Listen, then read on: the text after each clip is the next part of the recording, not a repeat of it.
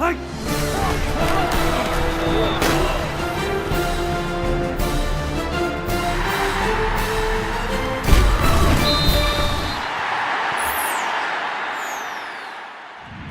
Mike Sherman, sports editor of the Oklahoman, and this is an Oklahoma State football update. Oklahoma State's got another football coaching change, and here to talk about it with me is our beat writer, Gina Mizell. Gina, Jason Jones, where is he going and why? Well, he's going to Mississippi. That news came down earlier today on Tuesday, and he's going to take the same job with the Rebels, essentially, that he had at Oklahoma State, the cornerbacks coach for the past 5 years. Ole Miss had their own kind of last-minute coaching change.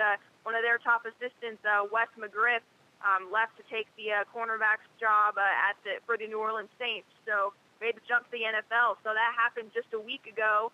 So clearly they kind of had to scramble to try to fill that void. And within about a week, Jason Jones was their guy. Ole Miss, a hot property in the offseason, a great recruiting season under Hugh Freeze. But Oklahoma State has been a good place for assistant coaches. The Cowboys ranked 5th in the nation for assistant coaching pay up to 2011. And Jason Jones has been a guy who produced all conference cornerbacks for quite a while. That streak ended this year, Gina. So I'm wondering, is this more of an upward move for him, or is this part of the Oklahoma State's overall defensive overhaul that's happened this season? It's kind of hard to tell at this point. I mean, again, I think with the timing of all of this and the coaching carousel and I think job movement in general, the timing is really never great. But, I mean, I don't think Ole Miss thought they would have to be hiring a new cornerbacks coach a couple weeks ago and don't want to put words in Jason Jones's mouth, but I think he probably thought he was going to be here until a week ago or a few days ago or whenever this process started of him being contacted. So, again, you said it. He coached Parrish Cox. He coached Broderick Brown to a great season in 2011.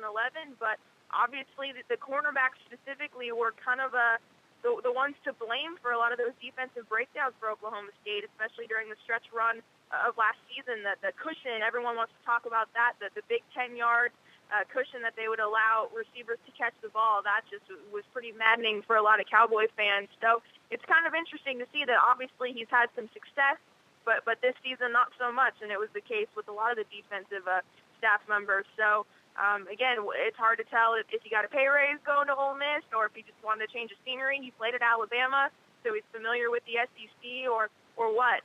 But, yeah, again, it's kind of a surprising last-minute change, I think, for both schools at this point. You talked about Jason Jones' claim to fame or his contributions to Oklahoma State. We've also sort of alluded to the overhaul of the coaching staff. There's a new defensive coordinator at Oklahoma State, and now that new defensive coordinator gets a chance to make a further imprint on it. Where do you see him going? This is a big-time passing league in the Big 12. How do you look at this opening for the Cowboys?